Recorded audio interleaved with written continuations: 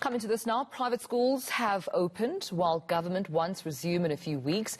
The Competition Commission is warning parents to beware of suppliers who are hiking their prices of school essentials. It has published a circular with the Basic Education Department to protect you, the consumer.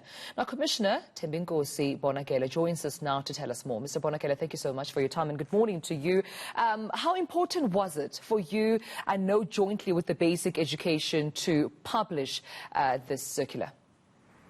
It's very, very important. This good morning to you and the viewers. We've noticed in the past that there tends to be abuse during this time of the year because of the increasing demand from parents for school uniform.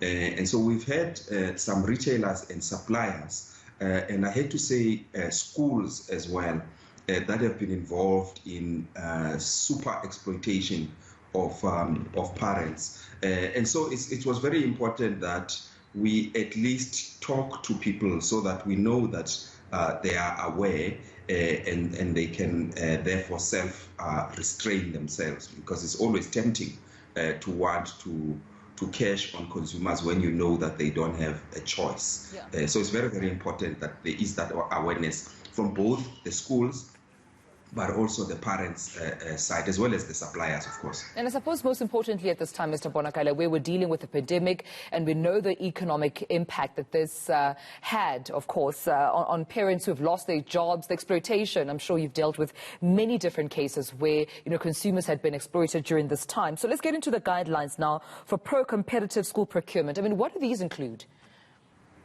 These include a few things. So the main thing is that there must be no exploitation, and to avoid that exploitation, parents, as much as possible, must be given choice. So for schools themselves, we've said that the school uniform must be as generic as it possibly can be. We're not saying people must not choose their colors and things like that, but you don't necessarily have to make it to be a product that can only be supplied by one supplier.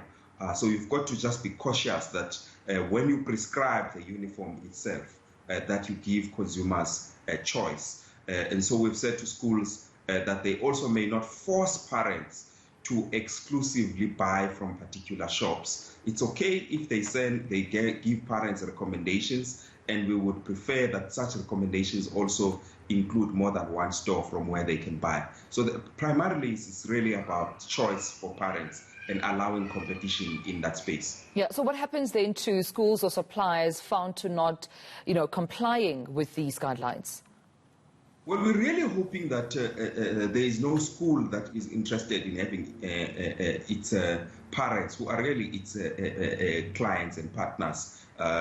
They don't have any interest in getting these exploited. So the schools are a big driver of this. And of course, we will prosecute, and we do have suppliers that are currently being prosecuted for exploiting the situation. So we've got cases from last year that we're pursuing with complaints from parents against a few suppliers. So there is that angle and that option that competition authorities can prosecute.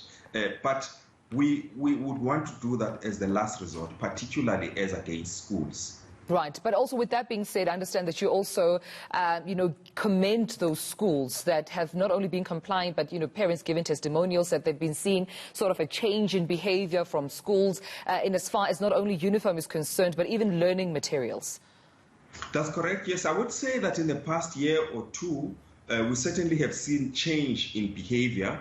A lot of schools that have had contracts going for a long time with particular suppliers, 20 years, 30 years, many have reviewed those contracts. They are allowing more choice. They are going out on tender for suppliers, something which they never used to do in the past. So we certainly have seen some change, and there's definitely also some awareness and consciousness on the part of the buyers, that is the parents themselves.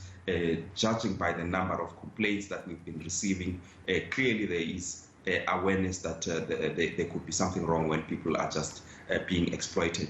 And with that, we've seen some change, quite remarkable change actually, not just in the choice, but also in prices of some of the items. And we have also been talking to the governing bodies, the school governing bodies, associations. They've been quite cooperative for independent schools as well as public schools, the Department of Education. I've spoken to the HODs of all provinces about this matter.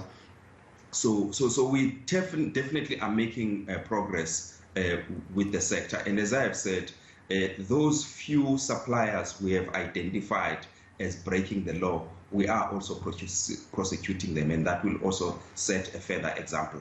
All right, Commissioner Tembinkosi Bonakele, thank you so much for your time.